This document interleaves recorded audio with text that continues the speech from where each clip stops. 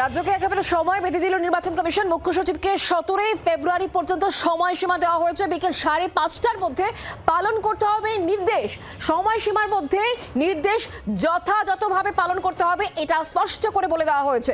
আমরা এই বিষয় নিয়ে আরো জানবো, কথা বলবো। আমাদের সঙ্গে রাজীব রয়েছেন, আমাদের দিল্লির প্রতিনিধি, টেলিফোন লাইনে। রাজীব, কি খবর পাচ্ছ? তারপর রাজ্যের মুখ্য সচিব নন্দিনী চক্রবর্তী বৃহস্পতিবার মুখ্য নির্বাচন কমিশনারের কাছে এসেছিলেন দিল্লিতে এবং তাকে ডেকে পাঠানো হয়েছিল। সেখানে বিস্তারিত আলোচনা হয়েছে। ইতিমধ্যে রাজ্য সরকারকে নির্বাচন কমিশন যে বিষয়গুলিতে নির্দেশ দিয়েছিল, অর্থাৎ কিছু অফিসার তারা নিয়ম মানেননি, তাদের সাসপেন্ড করা, তাদের বিরুদ্ধে কয়েকজনের বিরুদ্ধে এফআইআর করা এবং কয়েকজনের বদলি করা, এই সংক্রান্ত একাধিক নির্দেশ রাজ্য সরকার এখনো পালন করেনি বলে এর আগে সুপ্রিম কোর্টে অভিযোগ জানিয়েছে নির্বাচন কমিশন। এবার রাজ্যের মুখ্য সচিবকে ডেকে এই বিষয়ে আলোচনা করা হয়েছে এবং এই বিষয়ে রাজ্যের মুখ্য সচিব নন্দিনী চক্রবর্তী তিনি সময় নিয়েছেন। আগামী 17 তারিখ বিকেল 5:30টার মধ্যে এই সমস্ত নির্দেশ পালন করা হবে, এমনটাই নির্বাচন কমিশন সূত্রে আমরা জানতে পারছি।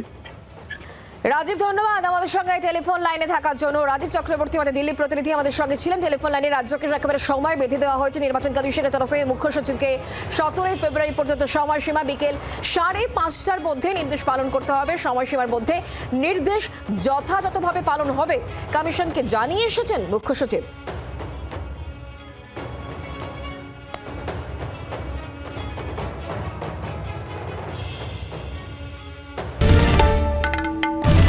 বাংলার আওয়াজ, বাঙালির আবেগ, জি 24 ঘন্টা।